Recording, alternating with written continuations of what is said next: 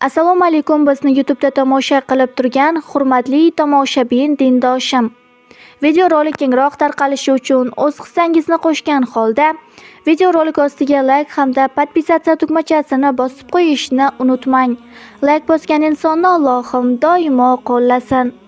Doktor Ayman Suvet shunday dedi: Men sizga o'zim ko'p foyda topgan va ibodatimga ko'proq e'tibor qaratishimga sabab bo'lgan usulni tavsiya qilaman. Qabr qo'rqinchli, albatta solih bo'lmaganlar uchun. Men hozir 42 yoshdaman. Dunyo va undagi narsalarni yomon ko'raman. 100 ming yil qabrda yashasam nima qilaman? Tasavvur qilganmisiz? Shunday qilib men shunday boshladim. Men o'laman va mening bo'sh qabrim bor. Qora va butunlay qorong'u. Bu qabrga mebel kerak bo'ladi. Shunday qilib, har bir istig'for va har bir tavbani go'yo qabrimga u yerda meni yolg'izligimda kutib oladigan hamsuhbat bo'lishi uchun yuborayotgandek tasavvur qildim. Allohga qasamki, hazillashayotganim yo'q. To'liq jihozlash jarayonini boshladim. Tasbih aytarkanman, go'yoki qabrimning har tarafini minglab tasbihlar bilan to'ldiraman. Mening boshimdan kamida 300 ta Qur'on xatmi bor.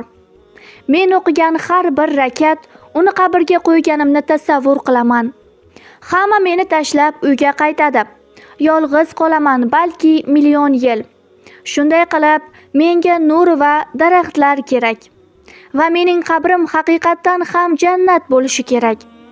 Tasavvur qilamanki, atrofimda xalqalab la havla va la quvvata illa billahil aliyyil azim.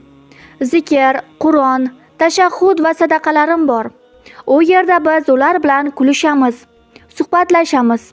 Rasululloh sallallohu alayhi va sallamga aytgan salovatlarim keladi va bizning suhbatimizga qo'shiladi.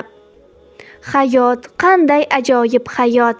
Men u yerga tushib, g'iybat va gap tashishlikka duch kelganimdan va barcha ishlarim dunyo talabi uchun qilinganligini ko'rganimdan Alloh uchun qilgan hech narsam yo'q va meni tashvish, azob, kaltak, qorong'ulik va qattiq hisob-kitobdan boshqa hech narsa kutmasligidan yaxshi emasmi? Bugun sizga maslahatim: qabringizni bank qiling. Unga sarmoyangizni qo'shing. Ibodatlaringizga qattiq e'tibor bering. Allohga qasamki, qabringizda ham menga rahmat aytasiz. U yerga dunyodan ko'ra ko'proq e'tibor qarating. Hozir siz o'z oilangiz orasida kiyinib, yeb-ichib, uxlab, xursandchiliklar qilib yurasiz. Sizning barcha talablaringiz muhayyo, shunga qaramay ahvolimizni yomon ko'ramiz. Qabr ostida shunday bo'lsa-chi? Shuning uchun har bir tasbihga yaxshi e'tibor bering.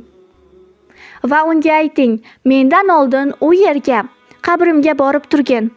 Biz uchrashamiz va sen menga eng zo'r hamsuhbat va eng yaxshi hamroh bo'lasan.